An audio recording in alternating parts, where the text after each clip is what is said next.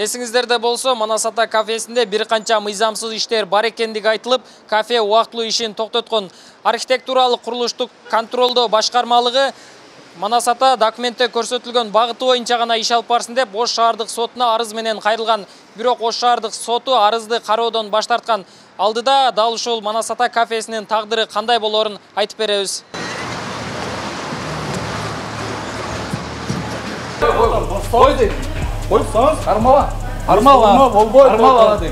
Мындан 2 ай мурда Нисахар долбоору Ош шаарындагы аты чыккан Манасата кафесинин санитардык абалын чагылдырып, талапка жооп бербей турганын айтып жатканда тамактануучу жайдын администратору менен келишпестик жаралган.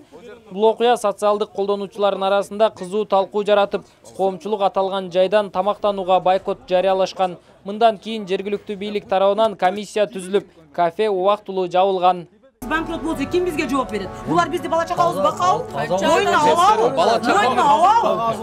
бала чакалар үчүн жүрөбүз биз. Манасатанын жетекчилиги менен журналисттин ортосундагы келишпестик аталган жайдагы бир катар мыйзам бузуулардын ачыкталышына себеп болгон.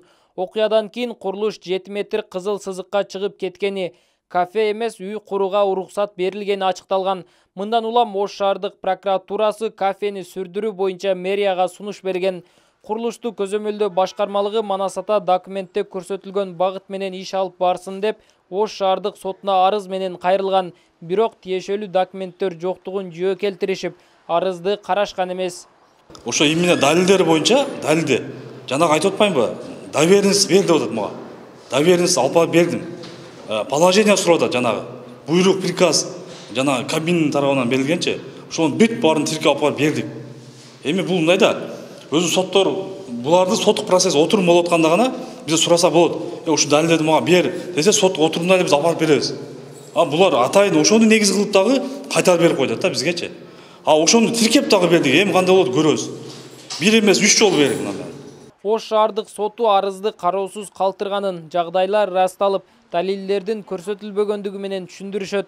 Мекеменин маалымат катчысы арызды толуктоо үчүн убакыт берилгендигин да кошумчалады. Нематов Юлдашбайга карата Ош шаарынын Шакиров көчөсүндө жайгашкан Манасата кафесинин жеке турак жай профилин өткөрүп берүү боюнча талап коюп, доо арыз менен кайрылган. Ош шаардык соту ушул жылдын 5 августунда аныктама чыгарып, доо арызды кайтарган. Себеби доо арызда келтирилген кемчиликтер болгон, жетишсиз болгон далилдер. Ошондуктан кайтарылган. 5 августта 15 августка чейин мөөнөт берилген. Бирок 15-10 күндүн ичиндеги аралыкта архитектура далилдерди келтирип, ошол тийиштүү жагдайларды толуктап, доо арызга тиркеп, кайра сотко тапшырган эмес. Архитектуралык курулушту көзөмөлдөө башкармалыгы ушул эле арыз менен кайра эле шаардык сотко кайрылды. Бул арызга канчалык деңгээлде көңүл бурулары белгисиз.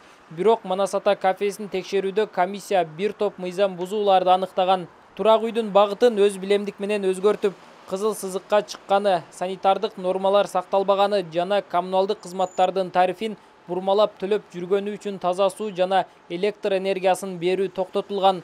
Прокуратура курулушту сүрдүрүү сунушун жергиликтүү бийликке сунуштаганы менен Ош шаардык мэриясы соттун чечими чыкмайын эч кандай чара көрө албастыгын айтып олтурушат. Бирок полный территориясы жеке менчик жер. Кызыл сызык бар да, ошо жеке менчик жердин ичинде кызыл сызык өткөн да. Салып атканда кызыл сызык каралган эмеспи? Эми ошо архитектура ошо жерге легкий конструкция деп берген. Капитальный эмес, капитальный. Жеңил конструкция деп, металлический конструкция деп берген документ. Ал боюнча 2018 жыл иш козголгон. Ошо бир архитектор камалган ошо боюнча. Именно ошо туура эмес берилген боюнча камалган ошондой факттары бар. Жок, эми бийлик азыр биз ошону кече көрдүм, кече чыкты ошону. Биз азыр жыйын өткүзүп изучать этебиз да, юристтер менен кеңешебиз. Керек болсо чыга турган органдарга чыгабыз да эми. Ал нерсени мындай ташап койбойбуз да эми. Ал нерсе же иштеш керек, же бузулуш керек, же үй кылып иштетиш керек да. Ушул күндө сөз болуп жаткан тамактануучу жай башка адамга сатылгандыгы айтылууда. Айрым соц тармактын колдонуучулары Манасатанын жарыгы түнкүсүн жанып, иш жүрүп жаткандыгын айтышууда.